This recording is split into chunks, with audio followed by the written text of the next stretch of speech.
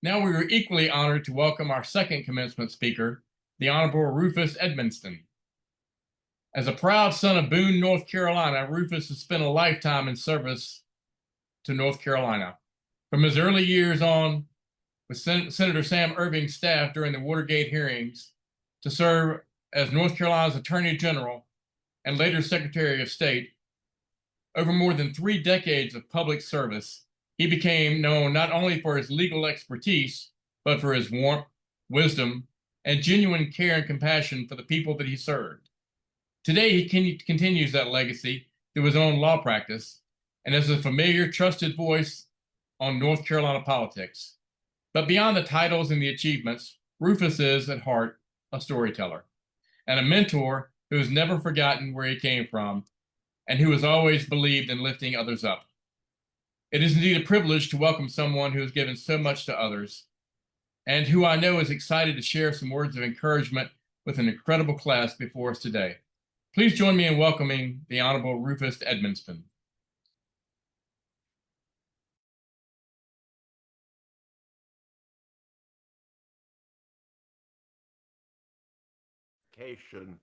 And exaggeration on my behalf. I thank you. And I want to say your last speaker sort of mentors the path I took. I was born in Boone, North Carolina, as the dean said. I grew up milking cows on the farm, 5 boys and 1 girl in the family. And you learned at that time how to get along, or you didn't exist very long. I'm going to talk today about bringing back civility. Now, I think I've never sat before in this amount of time and heard as much good, solid wisdom and inspiration as I've heard today. And as the dean said, I've been 28 years in public service, and I've heard some wondrous things today. I have to say something very personal about my friend Francina. I've known her many, many years, and she personally knew all of the Ervin family in Morganton, North Carolina. She has a wondrous sense of history of the great senator who, in my mind, was the greatest constitutional lawyer we've ever produced. And Francina, you give back. And as Professor, I'm going to call Dr. Maxwell Professor, said, there's a lot to give back in society. I have lived through a lot of times, and I think I've learned a few principles in life. Let me go over a couple of them. Number 1, you must never, never give up on showing empathy. And especially for a lawyer, because you have sometimes the heartstrings of a client in your hands. You have someone who's down and out. You have someone who wants someone to listen to them. And you've got to put yourself in their position. And that means a great deal of listening. One of the keys to good life is listen to other people. That's another part of being a civilized person. And then my second principle in life is always thank those who helped you get where you are. I've heard a great deal of that today in these commencement addresses, and that is the way to go. Everybody's had somebody, somewhere, somehow, not only your parents, other people, who helped you get where you are. Never forget that. There's a very simple way of paying them a great tribute, saying thank you and thank you again. And my third principle for a good, solid life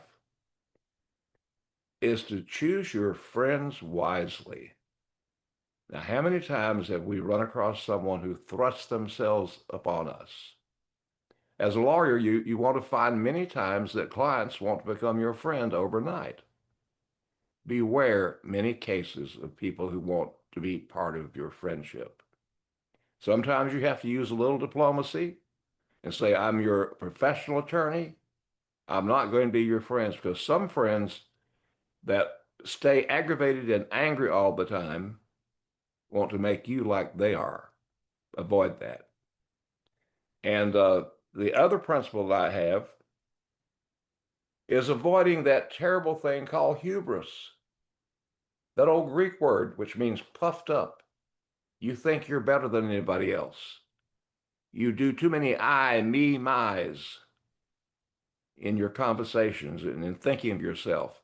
It's been the downfall of a many good person who doesn't realize that an evil thought comes with having hubris.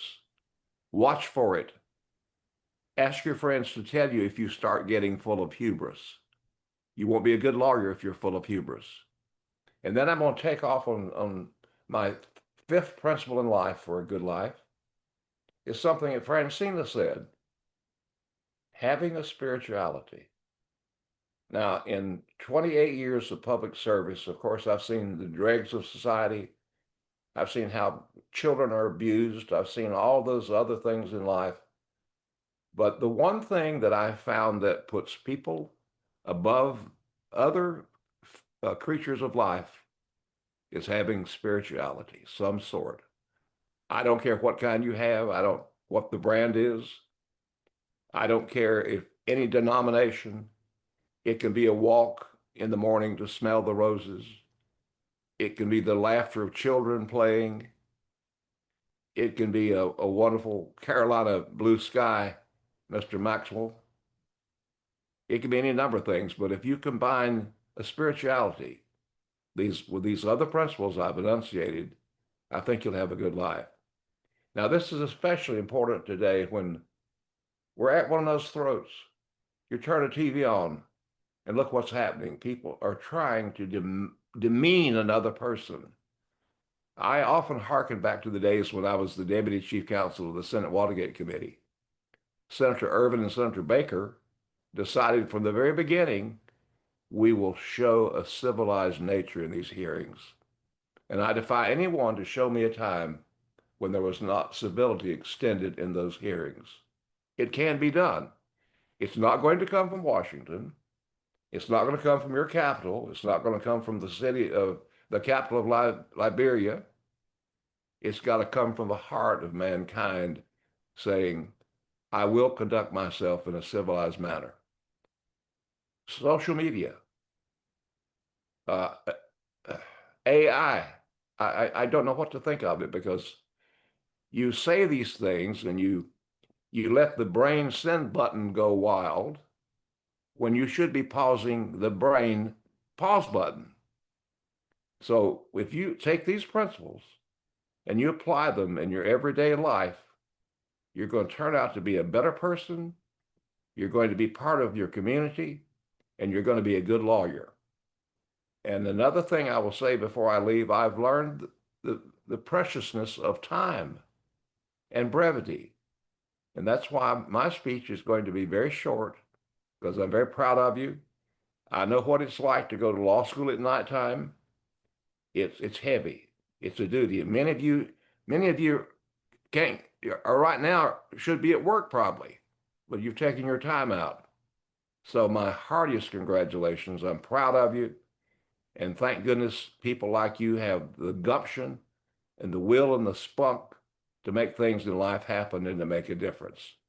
So thank you, graduating class of Cavalla and this wonderful law school. Good day.